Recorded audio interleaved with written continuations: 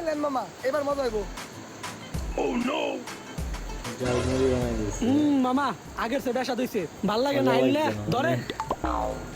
কোন কি ফেরত মামা দিতে হবে নাকি? স্পেশাল মশলা দিলাম তাও কান স্বাদ নাই।